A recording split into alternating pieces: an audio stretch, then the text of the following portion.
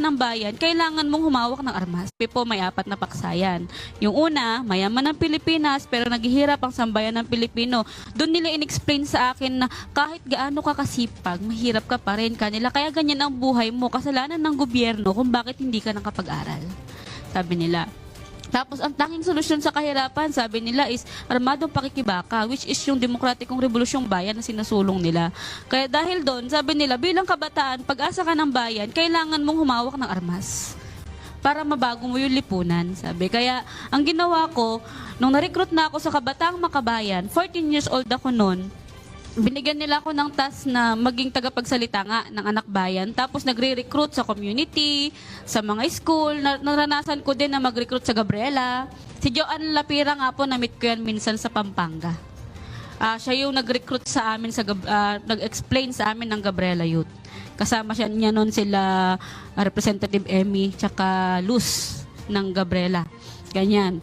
Tapos po, naranasan ko din na mag-recruit sa Kabataan Party List. Ganyan, nakasama ko din yan sila Mong Palatino, ganyan sila Terry Redon. Hanggang sa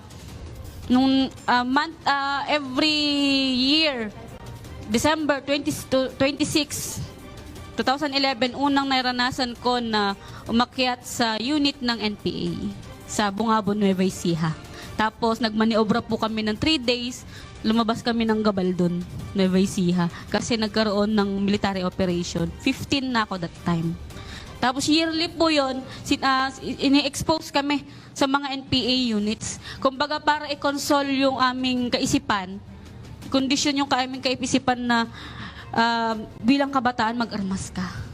Kaya sa mga rally, ang lagi kong sinisigaw nun, kabataan, sumapi sa hukbong bayan, etc. etc. Kaya nung nag-18 ako, nag-NPA po ako kagad. Tapos yung black propaganda, yung tinatawag na black propaganda ng mga sexual abuses na nangyayari sa loob ng NPA.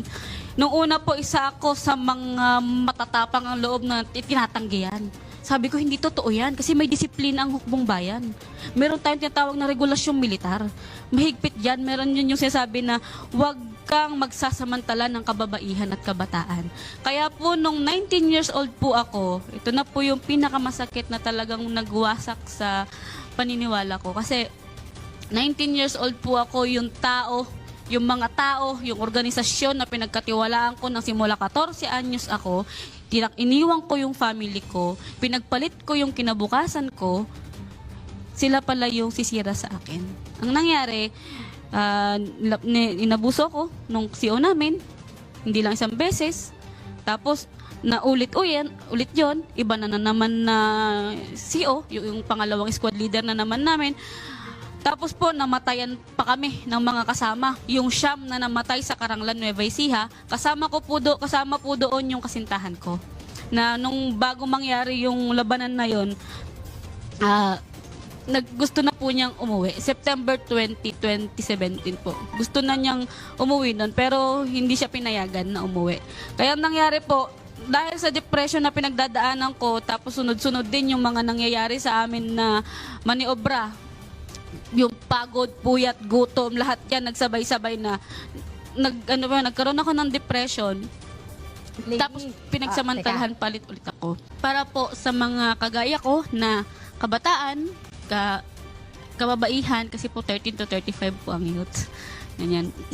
Bilang kabataan po na nakaranas ng kakaibang karanasan sa buhay, sa murang edad at pang-aabuso, huwag nyo na po nahintayin na kayo naman ang makaranas. Hindi po biro at hindi katawa-tawa yung makaranas ng pagsasamantala. Kumbaga, bilang magulang na din po ngayon, naglakas loob ako na lumabas sa kabila ng banta sa buhay namin. Dahil bilang mga dating revolusyonaryo o nanggaling sa